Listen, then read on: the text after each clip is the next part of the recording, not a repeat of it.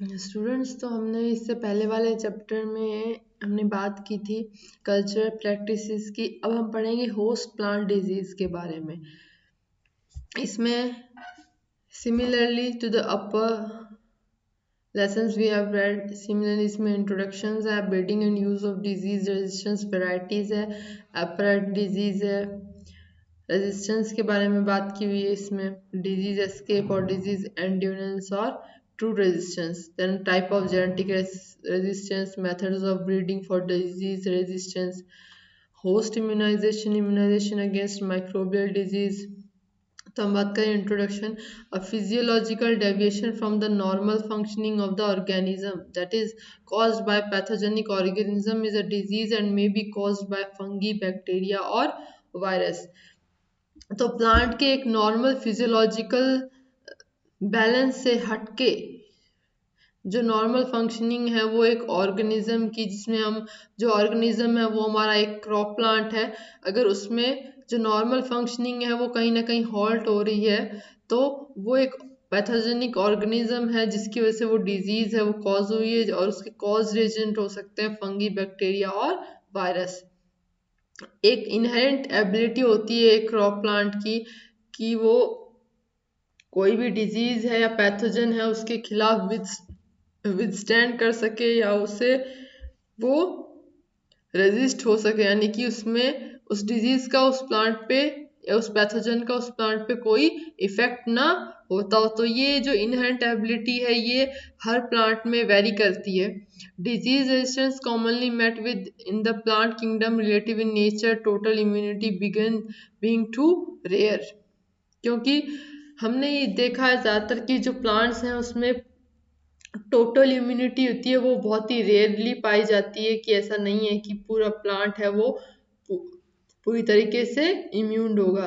It's hereditary transmission from parent to offspring is essentially Mendelian but often polygenic. जो Mendelian ने जो effect दिया था हमारा, जिसमें उन्होंने कहा था जो पेरेंट जो प्लांट है उसके जो कैरेक्टर्स होंगे वो जो ऑफस्प्रिंग प्लांट में है वो ट्रांसफर होते हैं। तो कहीं हद तक ये हेरिडिटरी ट्रांसमिशन होता है, लेकिन कहीं ना कहीं ये पॉलीजेनिक इफेक्ट भी देखा गया है। Resistant variety can be the simplest, practical, effective and economical method of plant disease control। जो resistant variety जो हम प्रोड्यूस करते हैं वो बहुत ही आसान, प्रैक्टिकल, यानी कि जो हम लैब में वाकई में प्रैक्टिकल के तौर पे कर सकते हैं, इफेक्टिव, असरदार और इकोनॉमिकल, यानी कि जो हमारा इकोनॉमिक बेनिफिट्स भी दे, ऐसी ये जो है रेजिस्टेंट वैरायटीज हैं ये हमारी हेल्प करती हैं प्लांट डिजीज कंट्रोल में। अगर हम रेजिस्टेंट वैरायटीज का यूज करते हैं तो ना ही ये हमें डिजीज के खिलाफ प्रोटेक्शन देती है बल्कि हमारा टाइम, एनर्जी और मनी भी सेव करती है। In addition to these advantages, resistant varieties evolved can be only practical method of control of such diseases as virus, phytoplasmas, weeds, etc., in which chemical control is very expensive and impractical। तो अगर हम chemical control की बात करें तो chemical control में क्या होता है, ज़्यादातर जो होस्ट प्लांट है उसको हानि पहुंचती है, जबकि अगर हम रेजिस्टेंट वैरायटीज बात करें तो रेजिस्टेंट वैरायटी अगर इवॉल्व होती हैं तो बहुत ही प्रैक्टिकल मेथड देती हैं कंट्रोल ऑफ डिजीज के लिए, जो कि वायरसेस, फाइटोप्लाज्मा, विल्ट्स और रट्स आदि होती हैं। In crops of low cash value, chemical and other method of control are often too expensive to be applied। और साथ ही साथ जो बाकी के जो मेथड है जिसमें केमिकल मेथड्स भी आते हैं वो क्या है, काफ़ी एक्सपेंसिव है। तो in such crop development of variety resistant to important disease can be acceptable recommendation for the farmer। तो फार्मर के लिए इजी है कि वो रेजिस्टेंट वैरायटी को ही या हाइब्रिड वैरायटी को ही यूज करे। Pathogenicity is the ability of a pathogen to attack a host. Pathogenicity क्या है, एक पैथोजन की एबिलिटी है कि वो एक होस्ट को अटैक कर सके, यानी कि वो उसमें डिजीज को पैदा कर सके। वो एबिलिटी एक पैथोजन की होना पैथोजेनिसिटी कहलाता है। इसमें वायरलेंस आता है और एग्रेसिवनेस आती है। Virulent strain of pathogen cause much severe symptom of the disease and they carry the virulence gene that enables it to attack a particular host genotype. इसमें जो वायलेंट स्ट्रेन होते हैं कुछ कोई भी पैथोजन के, चाहे वो फंगी हो, वायरस हो, बैक्टीरिया हो, उसमें क्या है, जो सिम्टम्स हैं, यानी कि जो होस्ट प्लांट में हमें सिम्टम्स देखने को मिलते हैं डिजीज के, वो वायरलेस जीन को कैरी करते हैं और साथ ही साथ वो होस्ट के जो जीनोम है उसको भी अटैक करते हैं, यानी कि जो प्लांट का डीएनए है वो भी अफेक्टेड होता है। देन है breeding and use of disease resistance varieties. It is easy to incorporate the monogenic vertical resistant gene, but the success of exploiting the monogenic host resistant invariably does not last long. यानी कि अगर हम single gene जो है वो add करके हम अगर रेजिस्टेंट जीन को प्रोड्यूस कर रहे हैं प्लांट में, तो वो कहीं ना कहीं लास्टली लॉन्ग लास्ट नहीं होती है। when a single gene based resistant variety is widely adopted, the impact would be the arrival of new matching पैथोटाइप्स। तो सिंगल जीन में ये एक हम कह सकते हैं फ्लॉ है कि उसमें अगर उस मेथड को या उस वैरायटी को हम अडॉप्ट करते हैं बहुत बड़े स्केल पे, तो क्या होता है, एक नया पैथोजन या नया पैथोटाइप है वो इमर्ज होने का खतरा रहता है। These pathotypes soon build up in population to create epidemics and eventually to the variety is withdrawn। तो ये जो पैथोटाइप्स होते हैं ये बहुत ही जल्दी अपनी पॉपुलेशन इंक्रीज कर लेते हैं और एक तरीके से महामारी जो है वो प्लांट्स में पैदा हो जाती है, जिसे हम एपिडेमिक्स बोलते हैं। और वो वैरायटी प्लांट की जो है वो इजीली क्या हो जाती है, विदड्रॉन, यानी कि उस एरिया में, उस लैंड एरिया में जो वैरायटी है प्लांट की वो पूरी तरीके से क्या हो जाती है, खत्म हो जाती है। ये जो फिनोमिनन है, यानी कि ये जो इफेक्ट है, इसको हम बूम एंड बस्ट इफेक्ट बोलते हैं। इसके बारे में ये आपके 2 नंबर के क्वेश्चंस में आ सकता है, what is boom and bast, तो इसको ध्यान से पढ़िएगा। उसके बाद है आपका durable resistance remains effective even though it may be widely grown over a long period of time in an environment that favours the disease. तो जो बूम एंड बस्ट फिनोमेनन में क्या होता है, इस फिनोमेनन को अवॉइड करने के लिए, इसके इफेक्ट को नज़रअंदाज करने के लिए हम क्या कर सकते हैं, ड्यूरेबल होस्ट रेजिस्टेंस का ग्रो करेंगे एक लंबे पीरियड ऑफ टाइम तक, यानी कि काफी एक टाइम तक हम क्या करते हैं, जो ड्यूरेबल का मतलब है ऐसी रेजिस्टेंस जीन जो कि एक इन चेंजिंग इन्वायरमेंट में विदस्टैंड कर सके। तो इसके एग्जांपल हैं आपके ओट वैरायटी, रेड रस्ट, जो proof still resistance against crown rust even after 100 years. 100 सालों के बाद भी जो हमारी ओट की वेराइटीज हैं और रेड रस्ट प्रूफ है, ये जो है ये क्राउन रस्ट के खिलाफ क्या है, रेजिस्टेंट है कई सालों से। जो वीट वेराइटीज हैं, थैचर है, ली है, withstood stems for 55 and 30 years respectively. यानी कि वीट की वैरायटी है वो 55 ईयर्स और थैचर एंड ली की जो वैरायटी है वो 30 ईयर्स तक जो है वो उसकी जो स्टेम है वो विदस्टूड है अभी तक। Mechanism of disease resistance of nature of disease resistance, यानी कि जो डिजीज के खिलाफ जो हमारी रेजिस्टिविटी है उसका नेचर क्या है, उसकी प्रकृति क्या है। तो disease resistance is governed by several inbuilt mechanism of the host plant against infection by the pathogen। Plant में ऐसे कई मैकेनिज्म हैं जो कि डेवलप हो जाते हैं, जो कि हेल्प करते हैं पैथोजन को इन्फेक्ट करने से। These disease are escape disease endurance और टॉलरेंस एंड ट्रू रेजिस्टेंस। अब इसमें आपके कई तरीके की रेजिस्टेंस बताई गई है। पहली है disease escape. It is prevention mechanism that causes the host to escape pathogenic infection. Early or late maturity of the crop may prevent physical contact of the pathogen with the host। यानी कि जो crop है वो अगर जल्दी mature हो गई है या फिर वो लेट मैच्योर होती है, तो वो फिजिकल कांटेक्ट ऑफ पैथोजन के फिजिकल कांटेक्ट से वो क्रॉप को प्रिवेंट करती है। Mechanical and anatomical barrier such as thick cuticle का थोड़ा मोटा होना, ब्लूम का वैक्सी होना on the leaves and stem, stomatal regulation prevent penetration of spores. यानी कि जो स्टोमेटा जो होते हैं हमारे लीव्स में, जो कि क्या करते हैं, हमारे ट्रांसपीरेशन जो एक प्रोसेस चलती है प्लांट्स में, उसको क्या करते हैं, उसको अफेक्ट करते हैं। तो उसमें क्या होगा, अगर स्टोमेटा का रेगुलेशन हम प्रिवेंट कर दें तो उसमें क्या है, जो स्पोर्स होते हैं जो एयर में घूमते रहते हैं, फंगल स्पोर या वायरस स्पोर जो भी है, वो एंटर होने से बच जाते हैं। अर्गोट जो कि फंगल डिजीज है, जब हम सीरियल्स में जब फूल खिलते हैं तो उसमें क्या होता है, जो क्लेविसिस पर्पुरा है वो कई जो व्हीट और बार्ले की वैरायटी है उसको फ्लावरिंग होते टाइम उसमें वो क्या रहती है, रेजिस्ट रहती है। तो in which the flower remain close until pollination occur. इस कंडीशन में क्या होगा, जब पॉलिनेशन के वक्त क्या होता है, जो फ्लावर्स में जो हमारा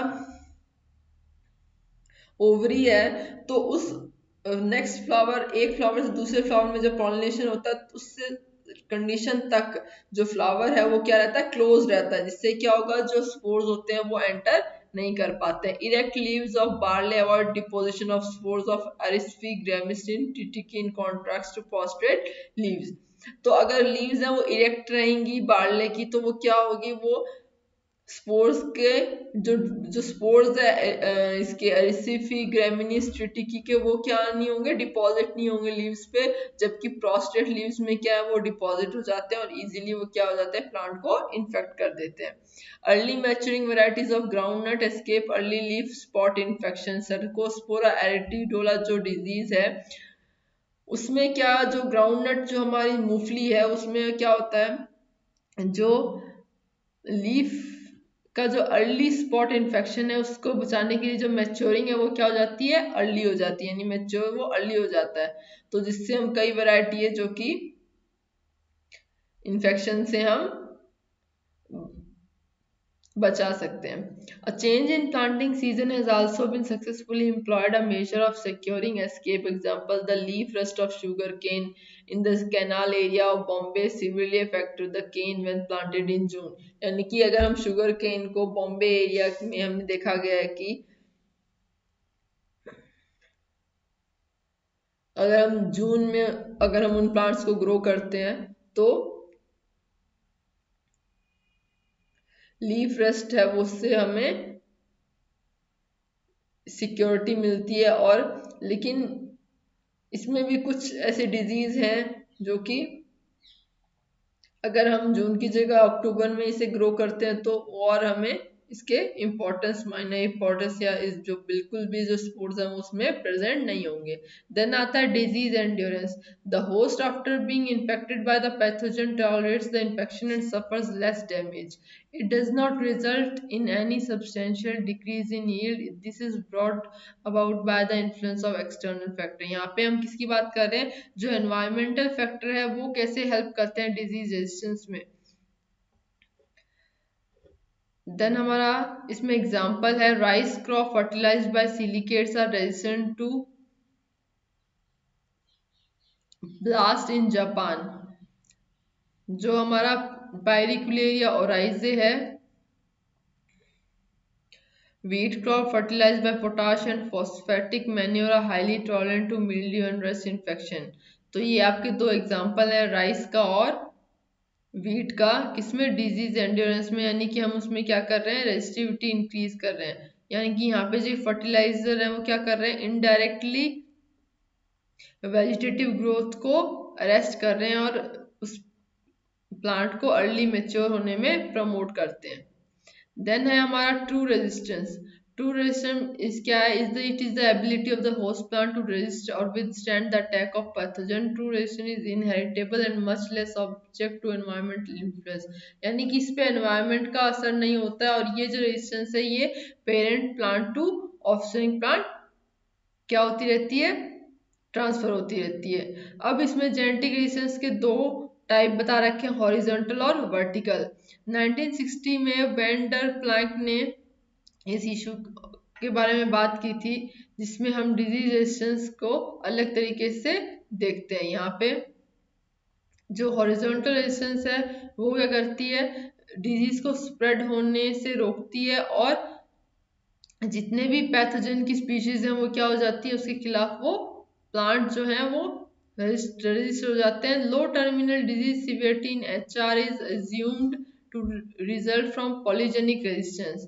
जो ये रेजिस्टेंस है ये कहाँ से आती है, हमारी पॉलीजेनिक मेथड से आती है। Morphological features such as size of stomata, यानी कि जो स्टोमेटल ओपनिंग होती है लीव्स में उसके साइज पे डिपेंड करती है। और stomatal density per unit area, एक पर यूनिट एरिया में कितने स्टोमेटास जो हैं वो प्रेजेंट है। हेयरीनेस, waxiness and several other influence of degree of resistance expressed. Partial resistance, dilatory resistance, lasting resistance are some other terms called for donating horizontal resistance. तो ये जो कुछ ऐसे करेक्टर्स हैं जो कि horizontal resistance में आते हैं और ये parent to offspring transfer होते हैं। Then vertical resistance क्या है?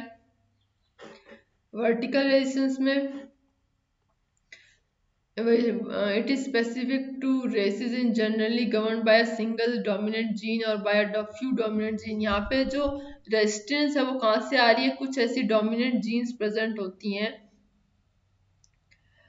और इन जीन को हम ये मल्टीपल एलीज भी हो सकती हैं, जैसे कि किसमें लीफ रस्ट जीन होती है LR2, जिसके अकॉर्डिंग जो रेजिस्टेंस है प्यूसिनिया में वो हमें देखने को मिलती है। इसमें 4 जीन्स का हमने पता लगाया, LR2A, LR2B, 2C and 2D, जो कि टाइटली प्रेजेंट होते हैं और आपस में लिंक्ड होते हैं।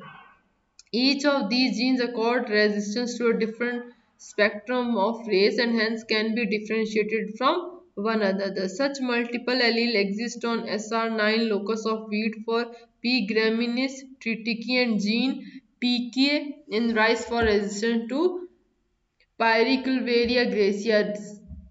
ये आप एग्जांपल मेंशन कर सकते हैं किसका? लीफ रस्ट जीन LR2 का और जो PI के जो जीन होती है राइस का, इन दोनों का एग्जांपल आप वर्टिकल रेजिस्टेंस में देंगे।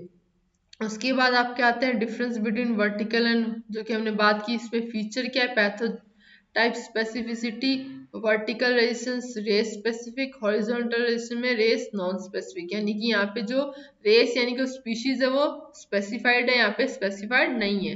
रिस्पॉन्स टू पैथोजन में वर्टिकल में क्या हो, यूजुअली हाइपर सेंसिटिव होता है, इसमें रेजिस्टेंस रिस्पॉन्स होता है। स्टेजेस ऑफ एक्सप्रेशन, वर्टिकल में सीडलिंग टू मैच्योरिटी और यहाँ पे expression increases as plant matures.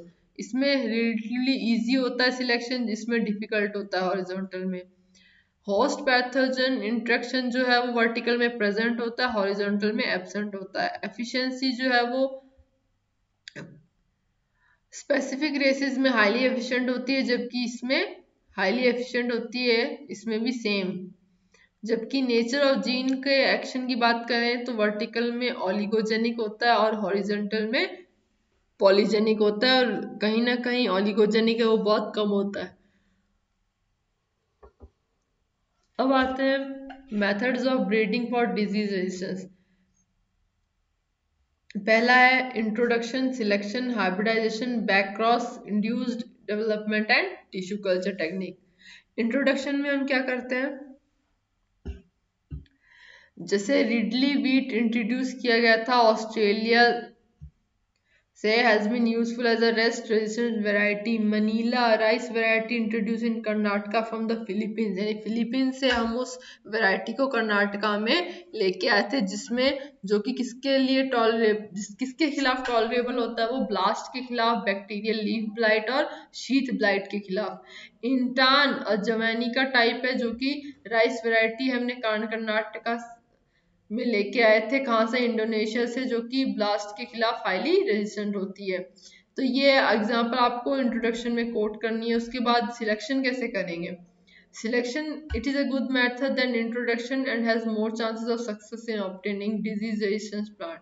यानी कि जो सिलेक्शन है वो इंट्रोडक्शन से ज्यादा बेहतर तरीका है, क्योंकि हम इसमें डिजीज रेजिस्टेंस प्लांट को ऑब्टेन कर सकते हैं।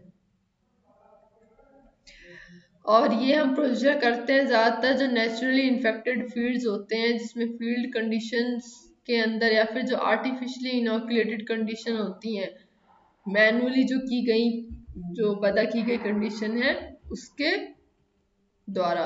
The resistance in such individual will occur in nature by mutation. यहाँ पे जो रेजिस्टिविटी हमें देखने को मिलेगी वो मिलेगी म्यूटेशन से।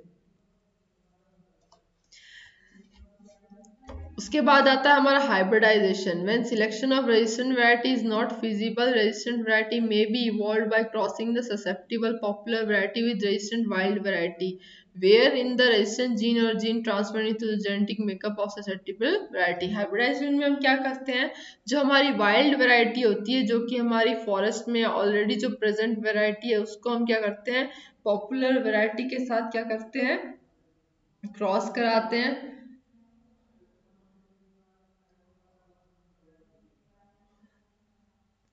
तो जो F1 जो जनरेशन होगी, जो हमें मिलेगी क्रॉस से, तो वो रेजिस्टेंट हो सकती है, लेकिन वो कुछ ऐसे अनडिजायरेबल क्वालिटी भी उसमें होती है जो कि पेरेंट प्लांट की कैरेक्टर्स में आते हैं। तो जो बैड क्वालिटीज हैं वो बैक क्रॉसिंग करके रिमूव कर दी जाती है, और अल्टीमेटली हमें एक रेजिस्टेंट प्रोजेनी है वो गुड एग्रोनॉमिक कैरेक्टर के साथ मिल जाती है। बैक क्रॉस मेथड क्या होता है, इसमें हम क्या करते हैं, जो डिजीज रेजिस्टेंस का जो ट्रांसफर है वो हम वाइल्ड स्पीशीज से करते हैं। वाइल्ड स्पीशीज है वो हमें पता है एक बहुत ही नाइस सोर्स है डिजीज रेजिस्टेंस का। तो interspecific hybridization is made to transfer the genes for resistance to the cultivated species. Resistance to grasses stand virus from Oryza nivara to Ostaiva, late blight resistance from Solanum demissum to cultivated potato, rust resistance from durum to Astivium wheat are some of the example involving interspecific hybridization। यानी कि to different species का हम यहाँ पे क्या करा रहे हैं, क्रॉस करा रहे हैं, और एक नई रेजिस्टेंट वैरायटी इससे हमें प्रोड्यूस होती है। इंड्यूस्ड म्यूटाजेनेसिस में हम क्या करेंगे, सबसे पहले जेनेसन ने 1952 और बॉर्लंग में 1955 में जो ये मल्टी लाइन्स कॉन्सेप्ट है ये दिया था। इसमें हम क्या करते हैं, CO4 टू गामा रेज, यानी कि हम उसको क्या करते हैं, कुछ ऐसे म्यूटाजन से प्लांट को क्या करवाते हैं, इंट्रोड्यूस करवाते हैं, जिससे एक जो इंड्यूस म्यूटाजेनेसिस के द्वारा क्या हो जाता है, उसमें एक रेजिस्टिविटी पैदा हो जाती है। उसके बाद है डेवलपमेंट ऑफ मल्टी लाइन्स। जो लाइन्स कैसे हम इन्हें डेवलप कर सकते हैं, मल्टी लाइन्स को, lines that are genetically similar except for one gene are called isolane. It is assumed that gene for resistance in each isolane contributes resistance to a separate physiological race or group of races. Genes for disease resistance are transferred by back crossing from donor varieties to a common disease susceptible but agronomically superior recurrent parent.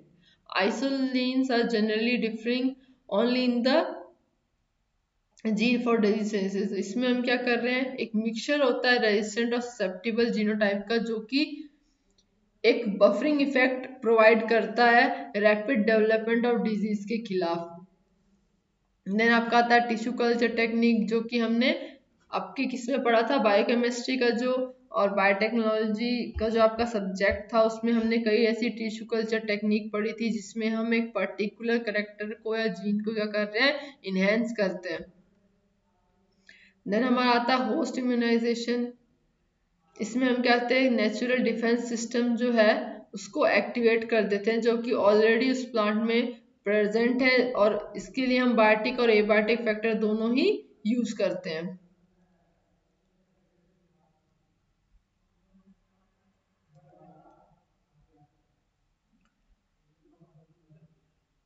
यहाँ पे आपका जैस्मिनिक acid या फिर ethylene salicylic acid, इनका use बताया गया है कि कैसे हम उसमें जो इम्यूनाइजेशन है उसको बढ़ा सकते हैं। उसके बाद आपका आता है immunization against microbial disease. Then है आपका transgenic plant types, benefits, public concern and future, उसमें आपका इंट्रोडक्शन है। Then development of transgenic crops है।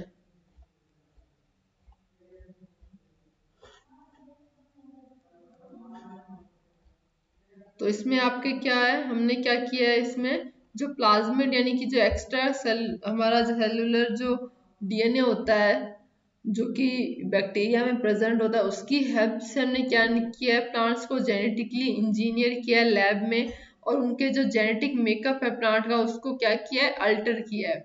तो इसमें हम टेक्निक में क्या करते हैं, the nucleus of the plant cell is the target for the new transgenic DNA. Most genetically modified plants are generated by the biolistic method. Biolistics में हम क्या करते हैं, गन यूज करते हैं, जो जिसमें हम क्या करते हैं, उस गन से हम उस डीएनए को ट्रांसफर कर देते हैं प्लांट सेल के न्यूक्लियस के अंदर। इस ज्यादातर हमने कॉर्न और राइस की स्पीशीज में ये मेथड यूज किया है। और हम डीएनए को सबसे पहले गोल्ड या टंगस्टन का जो मेटल है उसके अंदर क्या करते हैं, रैप करते हैं, और उसके बाद उसको गन, जो मॉलिक्यूलर गन होती है उसके द्वारा हम क्या करते हैं, प्लांट टिश्यू या सिंगल प्लांट सेल में उसको हाई प्रेशर के साथ बम्बार्ड करते हैं न्यूक्लियस के अंदर। डायरेक्टली वो जो डीएनए है वो एंटर कर जाता है और उसमें देन रेप्लिकेशन, फर्दर ट्रांसक्रिप्शन और ट्रांसलेशन प्रोसेस कैरी आउट होती है। फिर जो एक्सलेटेड पार्टिकल हैं both into cell wall and membranes, वो उसमें पेनिट्रेट कर जाते हैं। और ये मेथड ज़्यादातर मोनोकोट्स लाइक व्हीट और मेज के लिए अपनाया गया था। और ज़्यादातर हम एग्रोबैक्टीरियम ट्यूमिफेशियन जो हमारा बैक्टीरिया उसको यूज़ करते हैं। इसका हमने टीआई प्लाज्मिड लिया है। और रेस्ट्रिक्शन साइट जो होती हैं, यानी कि जहाँ पे हम मॉलिक्यूलर सीजर्स जो होते हैं उनसे हम क्या करते हैं, एक पर्टिकुलर जो हमारा डिजायर्ड डीएनए है वो उसमें क्या कर देते हैं, ट्रांसमिट कर देते हैं। और उसके बाद उसको कई ऐसी टेक्निक्स जो हमने पढ़ी हैं बायोलिस्टिक से, माइक्रो इंजेक्शन द्वारा उनको हम क्या कर देते हैं, प्लांट में इनकॉर्पोरेट कर देते हैं। इसमें कुछ डिसएडवांटेज है, ये है कि यहाँ पे एक सेलुलर टिश्यू है उसको सीरियस डैमेज हो सकता है। अब उसके बाद आपके आते हैं कमर्शियल सक्सेस। कई हमने ऐसी ट्रांसजेनिक क्रॉप्स प्रोड्यूस की हैं 1994-2002 से, जहाँ पे हमें कई सक्सेस जो है वो कमर्शियल वे में मिली है। कई इसके बेनिफिट्स हैं जो कि आपके एग्जाम पॉइंट ऑफ व्यू से इम्पोर्टेंट हैं। Improved and more efficient weed control, यानी कि जो खरपतवार होती है उसका बहुत ही बेहतर तरीके से इसमें कंट्रोल उसका किया जाता है कि वो ग्रो ना हो। Then a decreased loss due to insect pest and viruses and decreased need of insecticide, decrease in post-harvest loss due to better shelf life and marketing flexibility। इसमें टोमेटो की बात हम करें तो क्योंकि हमें क्या करना है, टोमेटो को अगर ज़्यादा देर तक स्टोर करना है तो उसमें जो स्टोरेज पेस्ट होते हैं वो ज़्यादातर उसको डिस्ट्रॉय करते हैं। तो उस केस में ट्रांसजेनिक जो टोमेटो है वो बहुत ही हेल्पफुल रहता है। इंक्रीज इन न्यूट्रिशनल क्वालिटी, यानी कि oil in canola, more effective production of hybrid seed, the above will not only help in search, यानी कि हम इन मेथड से ट्रांसजेनिक जो भी हमारे क्रॉप्स हैं इनसे क्या होगा, ना कि हमारी फूड सिक्योरिटी सिस्टम बेहतर होगा, जबकि एनवायरनमेंट है वो भी सेफ रहेगा। क्योंकि हमारे इंसेक्टिसाइड और पेस्टिसाइड से क्या होता है, लगातार एनवायरनमेंट में क्या हो रहा है, एक जो बैलेंस है एनिमल्स और ह्यूमंस के बीच में और प्लांट्स के बीच में वो क्या हो रहा है, लगातार खराब हो रहा है, वो इम्बैलेंस हो रहा है, जिसकी वजह से जो एनवायरनमेंट है वो भी सेफर नहीं है। तो ट्रांसजेनिक क्रॉप्स की हेल्प से हम क्या कर सकते हैं, कई ऐसे इंसेक्टिसाइड और पेस्टिसाइड को इनका इफेक्ट जो है एनवायरनमेंट में वो रिड्यूस कर सकते हैं। देन बात करें कंक्लूजन की, तो जो भी हमारे जेनेटिकली मॉडिफाइड फूड्स हैं वो कई डेवलपिंग कंट्रीज में जो है वो प्रोवाइड किए जाते हैं, ताकि इजीली जो है वो जो बढ़ती हुई पॉपुलेशन है उसको हम क्या कर सकें, फीड कर सकें।